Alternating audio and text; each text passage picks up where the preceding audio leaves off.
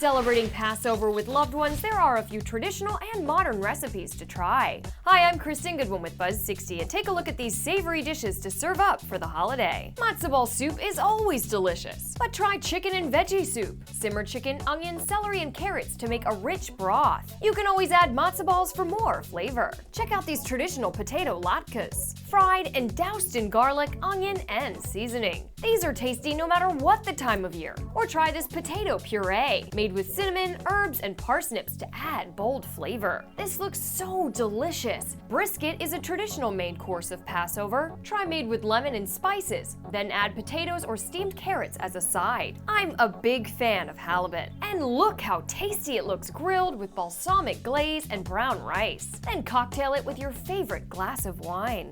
For a sweet treat, surprise guests with this honey almond cake. A moist, nutty flavor sprinkled with almonds on top. Yum. Commemorate the holiday gathering with a few of these entertaining ideas. Holidays are best shared with great company and great food.